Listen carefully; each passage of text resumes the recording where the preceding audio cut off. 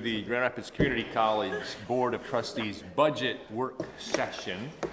We will open this meeting with public comment. If there's anyone who wishes to make comment to the board on the matter of proposed budget, now is the time for you to do that. For those of you who are virtual, you may use your chat function to do that. Seeing no one coming forward, we have two action items that we need to deal with during this session.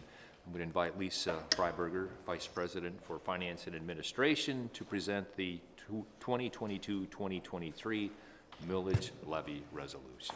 Thank you and good afternoon.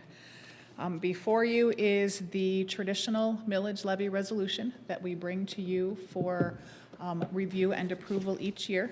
This resolution allows us to move forward and ask all of our myriad of taxing jurisdictions to levy the full amount authorized for our college, and to do so this in the summer. We have a summer levy with 90% of our taxing jurisdictions. You will note as you review there that we have encountered yet another Headley rollback. So our newest millage rate is 1.7085. If you'll remember, our originally voted millage was 1.9 million.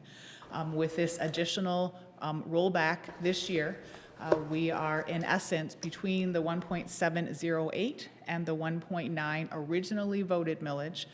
This college loses in that gap over $5 million annually in property tax collection. But this resolution, as we're looking at it now, is to allow us to move forward and levy the rollback 1.708 millage rate.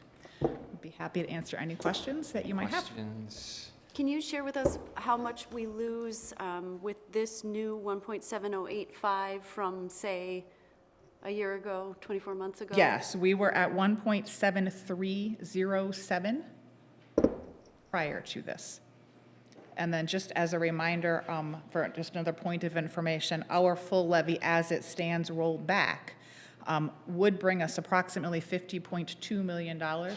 There are several LDFAs and other taxing TIFs, other tax capture entities that bring that down, that capture part of our operating levy, brings us to approximately $48 million that we gain in property tax annually. 38 million of that goes into our general operating fund, and approximately $10 million of that goes into our plant fund to cover debt service. Other questions? Before we vote, this action does demand a public hearing. Now I will open the public hearing for anyone who wishes to make comment on the proposed levy. If you are inclined to do so, please come to the podium at this time. Seeing none, I declare the public hearing portion of this meeting closed. I'll accept a motion to approve the millage levy resolution as presented. So moved. Is there support for that? All in favor say aye. Aye. All opposed, same sign. That motion carries. And now, Lisa, I invite you to present the proposed 2022-23 budget for our approval. Thank you. The full 2022-23 budget was presented as part of your packet. The actual full budget document was included. That includes not only our general fund, but our expendable restricted fund, which are all our grants, both local, state, and federal, as well as our designated fund, again, primarily customized training and training solutions, so our workforce training programs. Our auxiliary funds are in that comprehensive budget, which would include parking, food service, our bookstore, and our printing. Our plant fund, which would include our capital expenditures, and then finally our debt service fund, all incorporated into that packet. The data has not changed at all from when we reviewed it as part of the work session in early May. We still do not have a final state allocation, so we have not changed that total. That is still incorporated into the dollars that you see at a 3% increase. Indications are that would be higher, but we do not know that yet. So at this point in time, we will leave it as stated in the current packet. Would be happy to answer any questions. I do not have any additional presentation for you, but would be more than happy to answer any questions that you might have. We've seen this on a number of occasions. Are there any final questions before I accept a motion to approve? Hearing none, a motion please to approve the budget as presented. Thank you. Support for that? Support. All in favor signify by saying aye. Aye. Opposed, same sign. The work session is now adjourned, and I welcome you to the Grand Rapids Community College Board of Trustees meeting Monday, June 13, 2022. Curious if any board members or you, President Pink, have any guests in the audience that you would like to introduce? I do not. Anyone? I would like to acknowledge that Dr. Juan Oliveras is sitting here in the gallery, just waiting to come and sit in this chair over here, which he's going to have to wait one more meeting for that, or we will have to wait one more meeting for that. We're just so honored that he's waiting in the wings to serve as our interim president, and we'll talk a little bit more about that later on in our meeting. Would like to approve the agenda. Now's the time, trustees, if you want to move anything from the consent agenda for more consideration, now's the time to do that. Any proposed changes to the agenda as it was written in your packet? Hearing none, motion to approve the agenda as presented, please. So moved. Support for that? Those in favor say aye. Aye. Opposed, same sign. That motion does carry. Now we have our third opportunity for public comment as it relates to this meeting agenda. And if you like this, we're going to have one final opportunity for public comment on any matter that relates to the college later on. Anyone wish to step forward and address the board as it relates to today's agenda? Seeing none, we will move on. We have 3 items under special order of business that we need to take care of this afternoon. The first is the 2022-23 MCCA Board of Directors appointment and our board meeting schedule. We've asked Trustee Breinsma to continue to be the MCCA representative with Trustee Lovelady Mitchell as the alternate, and the 22-23 board meeting schedule can be found on the website following the meeting. We do need motions to approve these 2 things, though, and I'll accept a motion to approve the MCCA appointment and the schedule all at the same time. Is there a motion, please? Support for that? Discussion? All in favor say aye. Aye. All opposed, same sign. Thank you, Trustee Breinsma and Lovelady Mitchell, for representing us on what will be a growing, more important role that we have with MCCA. We also have a second item. We have a Michigan New Jobs Training Agreement that we need to approve. I'm going to invite Lisa back to the podium to please brief us on that before we. Thank you again. Also included in your packet is a new proposed Michigan New Jobs Training Agreement. This agreement is with New Wool Company, Inc. This is a company that is in Jenison that manufactures insulation and insulation products. The agreement is for $100,000. There are currently 84 full-time employees working at New Wool in Jenison, and they are proposing to add at least 15 new employees. Those 15 new positions would be covered by this Michigan New Jobs Training Program and their training opportunities. The resolution that's in your packet allows us to move forward with a revenue bond. Again, the liability for that bond is limited to the payroll tax collection to make payments on that, and then allows this company, New Wool, to provide training for those 15 new positions. The resolution allows us to move forward and enter into all of the agreements that support that revenue bond and the program agreement for training. Just as point of reference, we do have 16 now with this one, Michigan New Jobs Training programs here at the college. We've seen the agreement in our packet. Questions for clarification? Anyone? Hearing none, a motion to approve the agreement as presented. So moved. Support for that? Support. Thank you. All in favor say aye. Aye. Opposed, same sign. That motion carries. We have a third item of special order of business.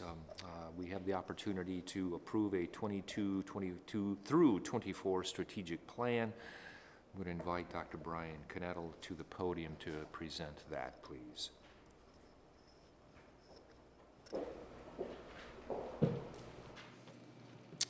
Good afternoon, everybody. Strategic plan is an important document that guides the work of any college and university, and it includes things that are determined by the campus and the community that need or require focused attention. GRCC is transitioning from one strategic plan to another, and we are going to present to you today a framework for a new plan. In just a moment, I'm going to turn this over to Dr. Sheila Jones, who will share that framework with you. But before we get into that, I want to take just a minute to remind you of the process that we took to get here. I know you were all involved in this at different stages, but a reminder, I know it always helps me. So this year, we decided we were going to leverage our strategic planning meetings this year to dedicate time and space to review and form our new plan. Review the old plan, form the new one. In reviewing the old plan, we decided that whether the work of our current CAPS had finished, would be institutionalized, or would continue into the next plan. Much of those meetings we had discussions in small groups and dedicated significant time on each goal that you will see today that needs future attention and direction. Part of those discussions resulted in feedback surveys. Each group was asked to document their feedback so that we would have that captured to form the new plan. And those feedback surveys resulted in over 50 pages of qualitative data that was used to inform the new plan. Part of that included looking at data for national trends so that we made sure that we were aligning our future directions not only with our needs, but in line with what national trends we're looking at. We also felt it was important as the community's college to engage our external stakeholders. And we held a series of 4 external stakeholder sessions on campus for various sector groups and one out at the Lakeshore specifically for that community out there. Those stakeholder sessions, the feedback from our internal SLT meetings has all informed our proposed 22-25 strategic plan. The SLT body, the community, the SLT exec, led by Dr. Sheila Jones, put all of that together, created this beautiful graphic for you to look at, but also put together what I think is an amazing plan that will guide GRCC for the next 3 years. And to provide you with some more details on that, I'd like to now turn this over to Dr. Sheila Jones. Thank you, Dr. Knettel, and good evening.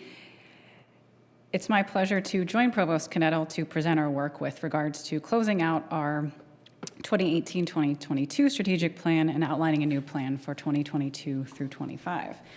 We're here on behalf of a team of 100 faculty, staff, and students who serve as members of our strategic leadership team, which we refer to as SLT, as well as the SLT executive team.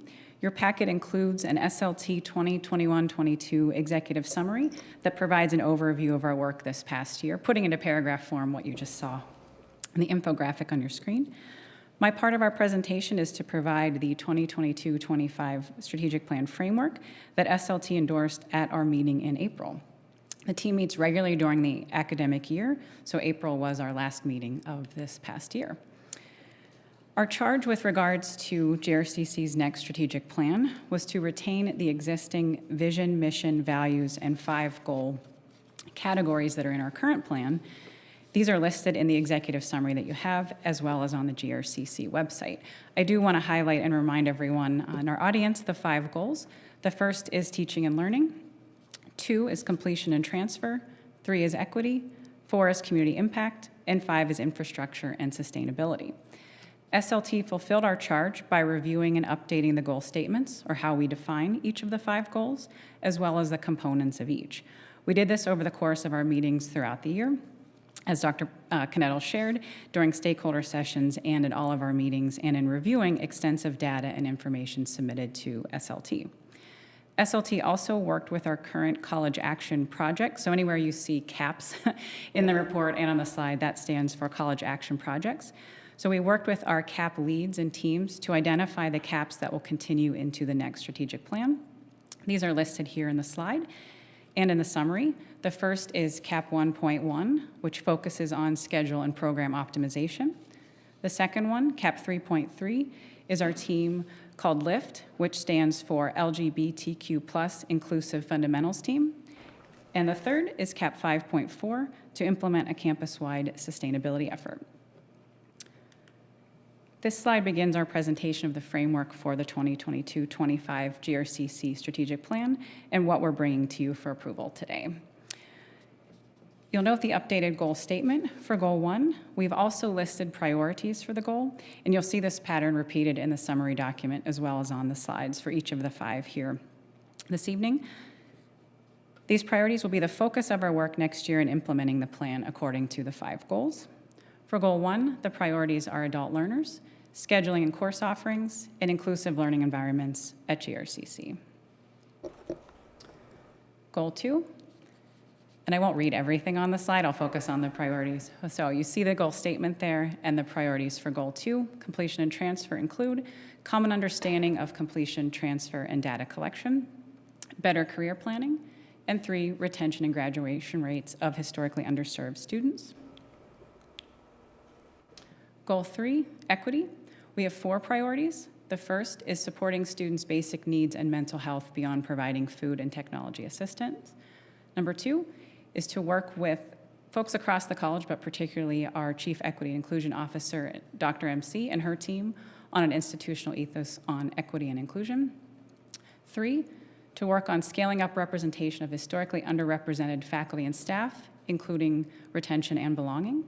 And 4, we heard a lot from our stakeholders, both internally and externally, about GRCC's role and working with the community in terms of a higher ed pipeline for students to promote the value of higher ed and really a college education, as well as college readiness with our community partners. Our 4th goal, community impact, includes the priorities that you see here. The first is a strategic enrollment management plan to continue to enhance academic and student services at the Lakeshore campus. And 3, a focus on, or a continued focus on, our K-12 partnerships with GRCC and area businesses, and of course that includes both Kent and Ottawa counties. And our 5th goal, infrastructure and sustainability, includes our first priority of human resources, which is not our human resources department, but thinking about our human resources of our faculty and staff, including inclusivity, remote work opportunities and/or flexibility, participation in college-wide committees, and wellness and mental health. 2, also, we want to talk about and continue to talk about balancing our physical space and the use of technology to provide both virtual and in-person services. And 3, of course, sustainability broadly. What we've included here in this acknowledgement slide is important to note in providing the overarching assumptions for the plan and our work in the coming years. We've outlined these 4 acknowledgements based on conversations among SLT and the feedback received. We now have a 5th acknowledgement and overarching principle based on our conversation with Provost Knettel and the board this afternoon. But the plan acknowledges equity encompasses all 5 goals. There is also interconnection among the goals. Every GRCC faculty and staff member is an educator. Enrollment is a focus for all GRCC educators, and our 5th principle is to continue to advocate for all programs to lead to living wage jobs.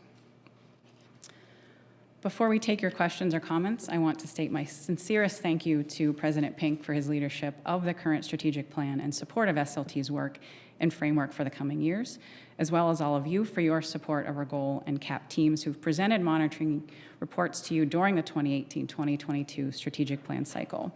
I also want to acknowledge and thank you for your attendance and participation at SLT meetings over the years. We meet 1 Friday a month for 4 hours. It's a big time commitment and a big lift, and our team has done great work, and we appreciate your support. The acknowledgement section of the executive summary also includes several other thank yous and shout outs. So if I may have a minute, I'm going to give a brief on that just to acknowledge the work of the previous Dean of Institutional Research and Planning, Donna Crocht, who led this effort for several years before retiring just over a year ago. I want to acknowledge LaKenya Gissendanner and Class Quant for their administrative and technical support, and to many GRCC community members who make this work happen. Several are in the room, but I've greatly appreciated my first year co-leading this with the president and provost, and really our SLT members are among the most diligent, committed, and engaged people I've ever worked with. And so we're here on behalf of that group of 100 people and all of those hours to share this with you today. So thank you. Thank you. In so many organizations, strategic planning is just an event. And what you guys have demonstrated for us is here at this college, it's a process that we go through. And just very impressed with the process that you guys have taken us through. We were impressed with the conversation we had earlier today. Brian, I see you going back to the podium, so I'm going to stop my comments unless, okay. So I was just going to ask if there were further questions or comments from the board. Having seen this, go ahead. In the past, or more recently, the meetings were, SLT meetings were a combination of in-person and virtual. Will that continue, or are you at some point, do you plan to go back to the in-person meetings? It's been interesting to lead this work in an all-virtual environment. We're hopeful that we can be in person, or at the very least, high flex to engage folks at the Lakeshore campus, but ideally, I think in person is where we hope to go. Anyone else? Thank you so much for your work and the specificity in terms of addressing mental health, which is critical. Does that presuppose an addition of faculty, or how will that be addressed within the existing faculty? So I think it's a combination of some additional resources that we hope to be adding in the coming year, adding somebody to our student life team who will pay particular attention to that and allow capacity for others. I think a lot of it, the deal with our faculty is more visibility on the resources that are available and helping them handle some of these situations. We have a BIT team, a behavioral intervention team, that a lot of our faculty know about, and that provides a good resource for faculty to address these questions in their classroom. So a combination of some more visibility and some more capacity in that area will help us address that. And we're doing a pretty good job with that. Right now, Lina Blair, who leads a lot of this work for us, and we have a career and counseling center that are available to students and are always increasing their opportunities to engage with students and faculty, and helping faculty help students. I would even add to that, Trustee Siegel, one of the things that our campus does very well is to also make sure we're taking advantage of our community resources. So the partnership we have in our community that helps in this regard, those partnerships are vital because there's only so much, right, as a college campus. And we have awesome folks, rock stars as far as this campus is concerned in counseling and the work that they do. But at a point, they know there are those organizations within our community that we can help in referral to and connection to. And so that work is going to continue. I also want to, since I have a couple of seconds, I want to personally thank Dr. Knettel and Dr. Jones. This is, our institution is the best I've ever seen when it comes to the strategic planning of an institution and how much emphasis is placed on that. And with this reiteration of our strategic plan and the work that you have led, and again, over 100 or so people that have been a part of this over the last year, I just want to personally thank the both of you for leading that effort and all those on this campus who are involved with our strategic leadership team. It's an amazing work that is a best practice that we see. I'll add a comment and potentially hear a question, but I just want to commend Dr. Jones, Dr. Knettel for the work, and especially with getting external feedback from the community. I think you mentioned it was 4 groups. That takes, herding cats, if you will, and bringing folks together. So I just want to say I commend you for that. It's a lot of work there. You've done this in the past. Can you please just summarize what those 4 groups consisted of when it comes to the external groups? Sure. We had 3 groups. I think they all met in this room. One was our business partners, one was our community partners, and one was our education partners. And that included high school and colleges and universities. And the 4th group that we had was our Lakeshore group. We didn't separate it by sector for the Lakeshore. We brought all of them together, and we found that the community was not only willing but very eager to help and offer input, tell us some great things that we are doing, but also help us identify some opportunities and sharing some things that we really hadn't thought of ourselves for possible connections. So we're eager to implement a lot of that work. A motion, please, to accept the strategic plan as presented. So moved. Is there support? Any more conversation, discussion? All in favor signify by saying aye. Aye. All opposed, that same sign. Thank you so much for the work. We'll move along for monitoring report, financial update. I'm going to invite Lisa back to the podium for that. Thank you again. Your financial statements for the month ending May 31st were included in your packet. Would be, again, happy to answer any questions that you might have. The one thing I would point out that's a little bit different, the purchasing agenda that's included in your packet this month also includes our annual blanket purchase orders, where we have a number of perhaps smaller purchases with a single supplier. So those are all aggregated and presented to you in total so that you can see those by supplier. So it just looks a little bit different than what you see in a typical purchasing agenda. Other than that, would be happy to answer any questions. Anyone? No questions? Again, job well done. Moving along on updates, a couple of updates just from the chair's chair. We did engage with a presidential search firm, Gold Hill Associates, the same firm that brought us Dr. Pink a few years back, will be the firm that will be guiding the search process. We'll use the website for details around the process. We'll keep that up to date as quickly as we can.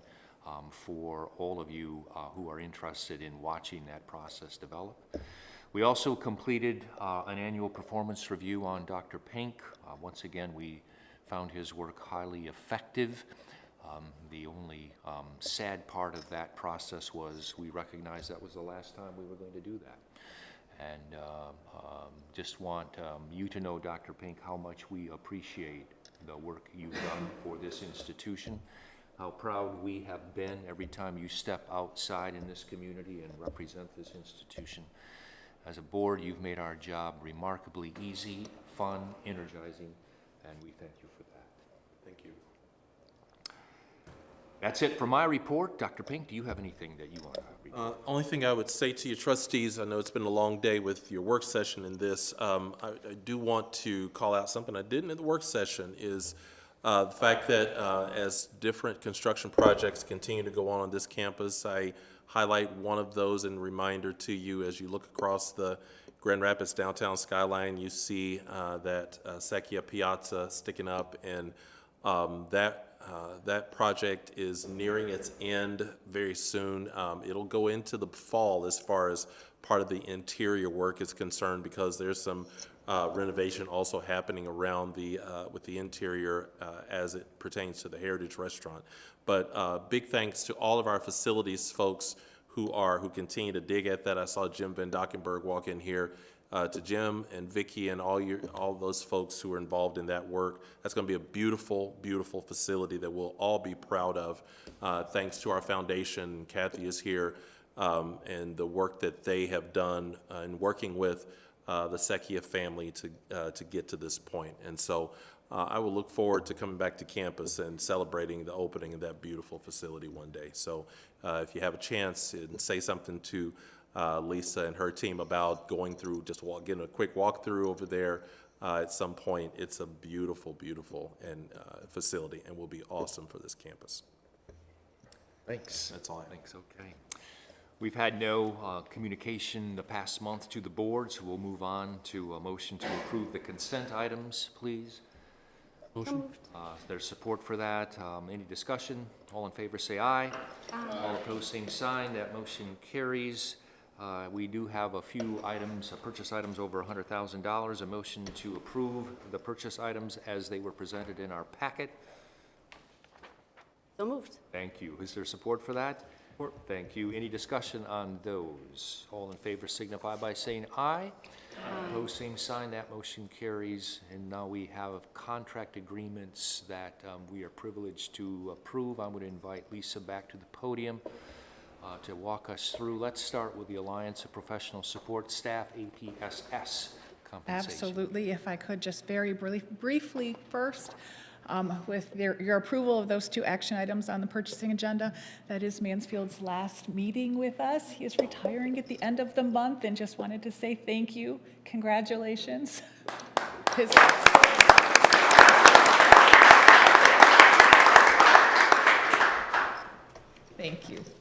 With that included in your packet and in prior conversations, we are pleased to be able to bring you what amounts to a wage reopener settlement with our APSS or our support professionals group. This is the third year of a three-year contract. We will have a full contract negotiation process with this group beginning next year. There was in their final year a one-year wage reopener, which we mutually decided to enter into. We are bringing to you for your consideration an overall 2.5% increase on their scale, in addition to the steps for those eligible to move through steps, and a top step stipend for those that are on the top step of their wage scale in the amount of $750 that is off schedule one time. I should note that the 2.5% allocated is allocated differently based on each individual scale and step in an amount that was mutually agreeable and negotiated with the APSS leadership based on benchmark information for the various scales at the various steps. Want to thank certainly our APSS leadership for the process for which we worked through this wage reopener. Their group has ratified this wage reopener information. Would be happy to answer any questions that you might have, and then would ask for your consideration.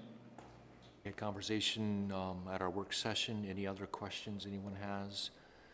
Let's have a motion then to approve the APSS compensation as presented.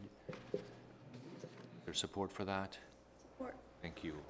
All in favor say aye. Aye. All opposed, same sign. Let's move on to meet and confer compensation. Yes, thank you. We have approximately 214 meet and confer employees. We bring a compensation request to you annually. This group is not part of a negotiated contract, but we bring annual recommendations to you.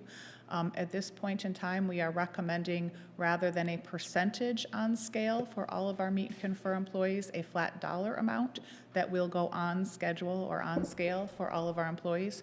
That flat dollar amount, the amount of $2,700, will of course allow for a higher percentage increase for those meet and confer employees at the lower end of the salary schedules. In addition to the $2,700 payment, we are looking for your approval on a floor, if you will, of a 2% increase.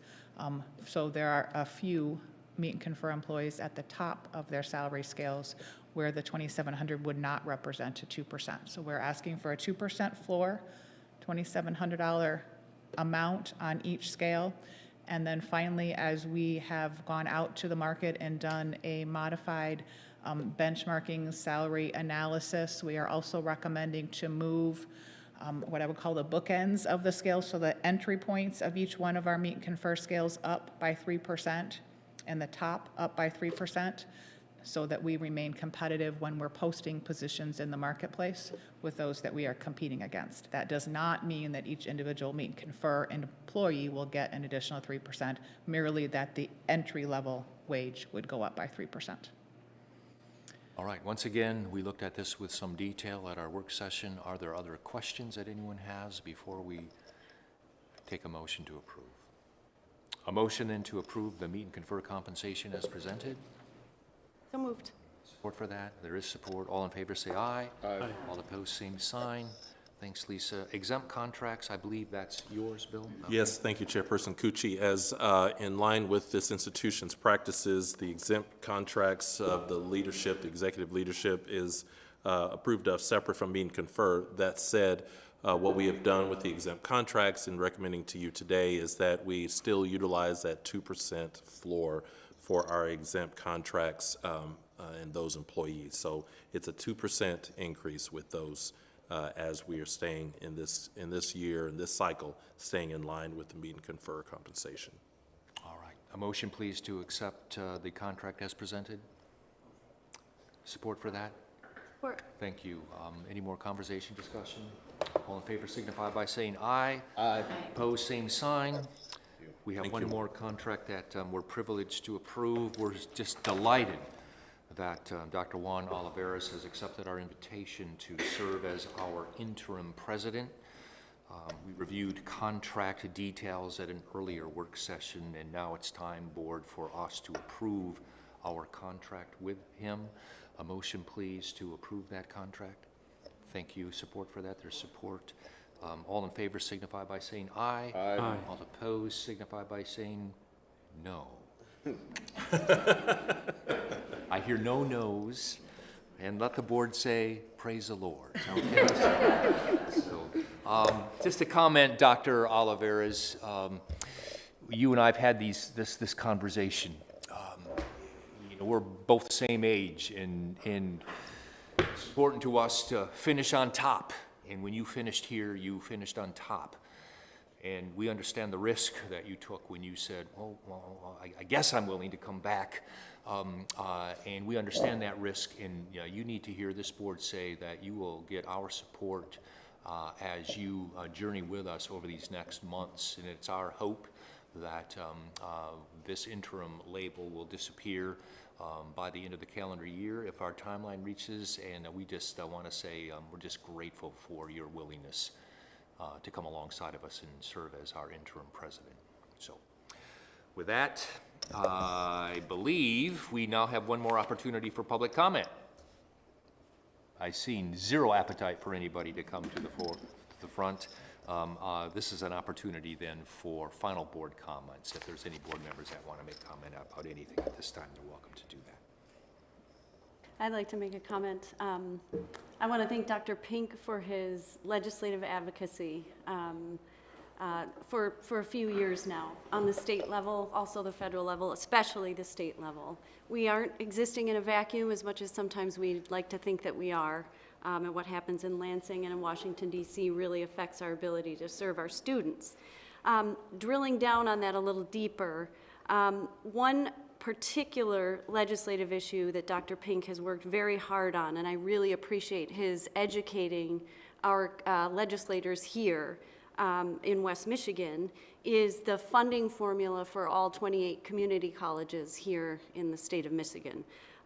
The way the funding formula is written right now is not equitable.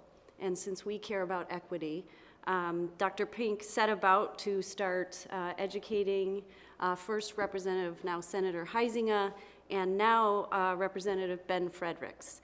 And he made such an impression on Representative Huizenga and Fredericks that Representative Fredericks has a great proposal that is being considered while the final fiscal year 2023 budget is being formalized, that would make the funding formula for the 28 community colleges a little bit more equitable so that GRCC would not be getting much less per pupil than certain community colleges in the state.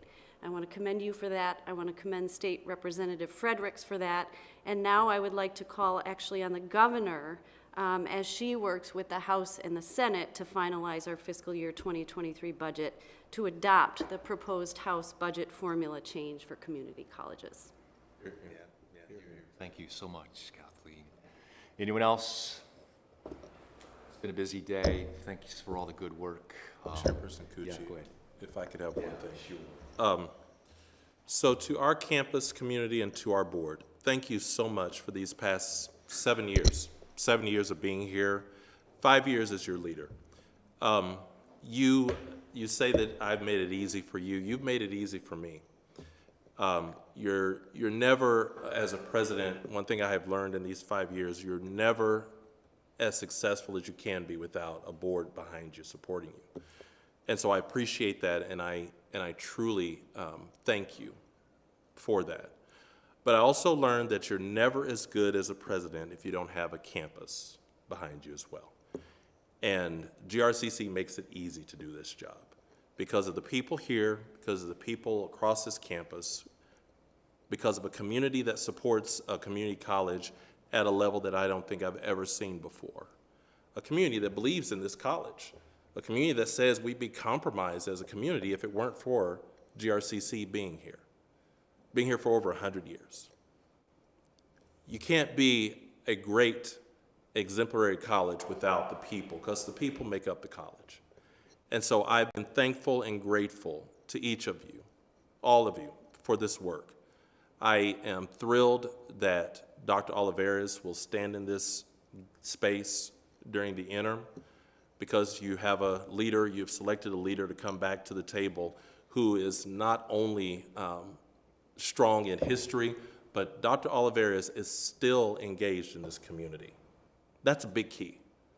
He's not someone who you've asked to come back and he has to dust off the shoes and figure out where the ties are and everything.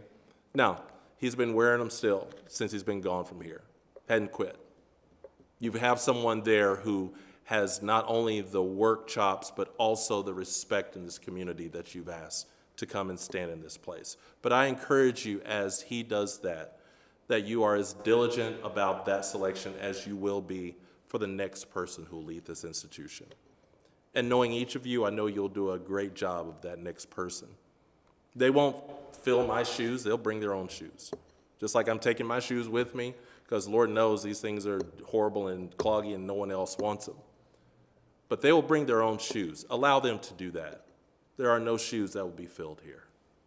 I've got to go and take my own shoes somewhere else now. But you will be a board that will lead that. So thank you. I am indebted to this institution because you were and still are the ones who've given me such a great gift. And I'll be a Raider for life. So thank you.